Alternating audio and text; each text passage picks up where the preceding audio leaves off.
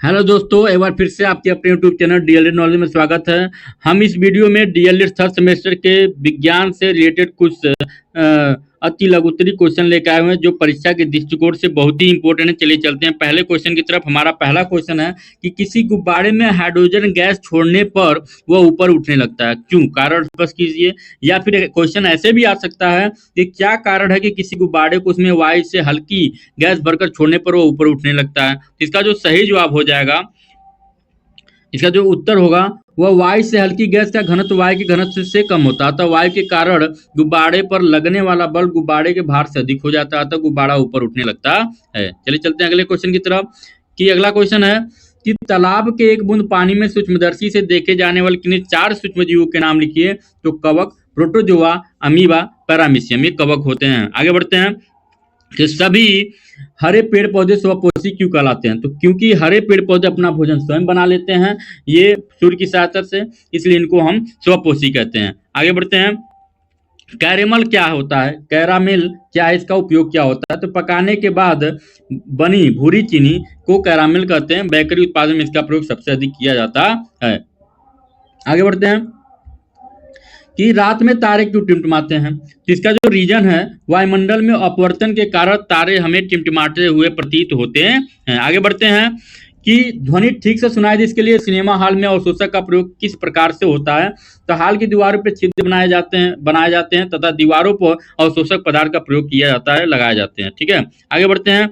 प्रतिध्वनि एवं गूंज में क्या अंतर है? तो परावर्तित होकर आने वाली ध्वनि प्रतिध्वनि कहलाती, जबकि खाली बड़े कमरे में उत्पन्न ध्वनि गूंज कहलाती है। आगे बढ़ते हैं।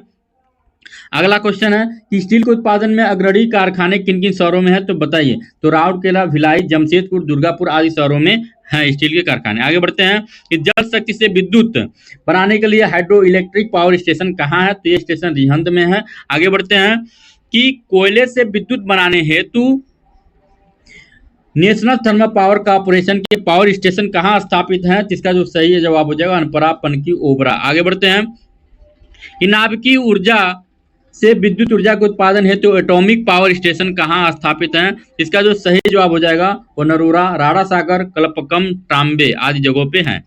हरित क्रांति किसे कहते हैं? तो हरित क्रांति जो होता है वह आधुनिक कृषि उपकरणों, उन्नतशील बीजों, उर्वरकों एवं पर्याप्त सिंचाई के साधन द्वारा कृषि उपज में आशातीत वृद्धि को हरित क्रांति कहा जाता है। आगे बढ़ते हैं कि कुक्कुट पालन किसे कहते हैं? बहुत ही इंपॉर्टेंट क्वेश्चन है कुक्कुट पालन, याद रखिएगा।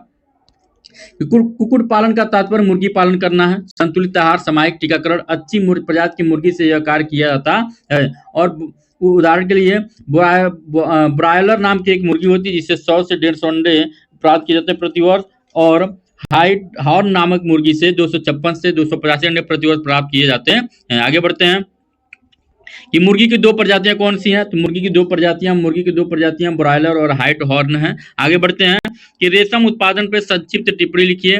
तो रेशम का उत्पादन रेशम कीट के शहतूत के वृक्षों की पत्तियों पर वैज्ञानिक विधि से पालकर किया जाता है। रेशम कीट पालने का सेरीकल्चर कहा जाता है। आगे बढ़ते हैं कि वह निश्चित ताप जिस पर कोई द्रव उबलता है और गैसीय अवस्था में परिवर्तित हो जाता है, दिए गए द्रव का क्वथनांक कितना होता है? तो जल का क्वथनांक 100 डिग्री सेल्सियस पे बनने लगता है, याद रखिएगा। ठीक है, आगे बढ़ते हैं। ऊष्मा का सुचालक किसे कहते हैं? बताइए। तो जिन पदार्थों से ऊष्मा का संचरण सरलता से होता है उसे सुचालक कहते हैं। एक होता है सुचालक और कुचालक। तो सुचालक मतलब जिनमें ऊष्मा का आसानी से प्रवाह हो सके, जैसे कि तांबा, लोहा, एल्युमिनियम, ठीक है, आदि। ऊष्मा का कुचालक किसे कहते हैं? जिसमें ऊष्मा प्रवाहित ही ना हो, मतलब उसमें गर्म ही न कर पाए, उसे ऊष्मा का कुचालक कहते हैं। जैसे कागज, कांच, लकड़ी, ऊन, पेंसिलिन आदि वायु, ठीक है, ये सब क्या है? कुचालक है, जिसमें ऊष्मा न प्रवाहित हो। संक्रामक रोग किसे कहते हैं? संक्रामक रोग किसे कहते हैं? तो संक्रामक रोग वे रोग होते हैं जो छुआछूत के कारण एक व्यक्ति से दूसरे व्यक्ति को हो जाते हैं, जैसे कि टीबी आदि, चेचक आदि। ठीक है, असंक्रामक रोग किसे कहते हैं? असंक्रामक रोग वे रोग होते हैं जो छुआछूत से नहीं फैलते हैं, जैसे कि रक्तअल्पता, डायबिटीज आदि ऐसे रोग हैं जो छुआछूत से नहीं फैलते हैं। आगे बढ़ते हैं कि प्रकाश स्रोत से आप क्या समझते हैं? कि वे वस्तुएं जो प्रकाश उत्पन्न करती हैं प्रकाश स्रोत कहलाती हैं। प्रकाश में प्रकृति में प्रकाश का सबसे महत्वपूर्ण स्रोत सूर्य को ही माना जाता है, याद रखिएगा। आगे बढ़ते हैं। दीप्त वस्तुएं किसे कहते हैं? तो वे वस्तुएं जो स्वयं प्रकाश उत्पन्न करती हैं उन्हें दीप्त वस्तुएं कहते हैं, जैसे कि तारे, लैंप, बल्ब, सूर्य आदि। ठीक है, आगे बढ़ते हैं।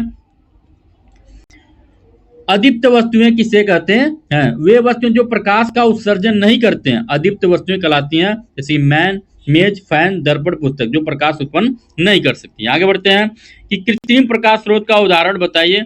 कहाँ कहाँ से हमें प्रकाश मिल सकता है? तो विद्युत बल्ब से, पेट्रोमैक्स, लालटेन आदि, ट्यूबलाइट इत्यादि। ठीक है, आगे बढ़ते हैं कि शिक्षा के क्षेत्र में विज्ञान से संबंधित कार्यक्रम ज्ञान दर्शन टीवी सर आना किस संस्था का देन है?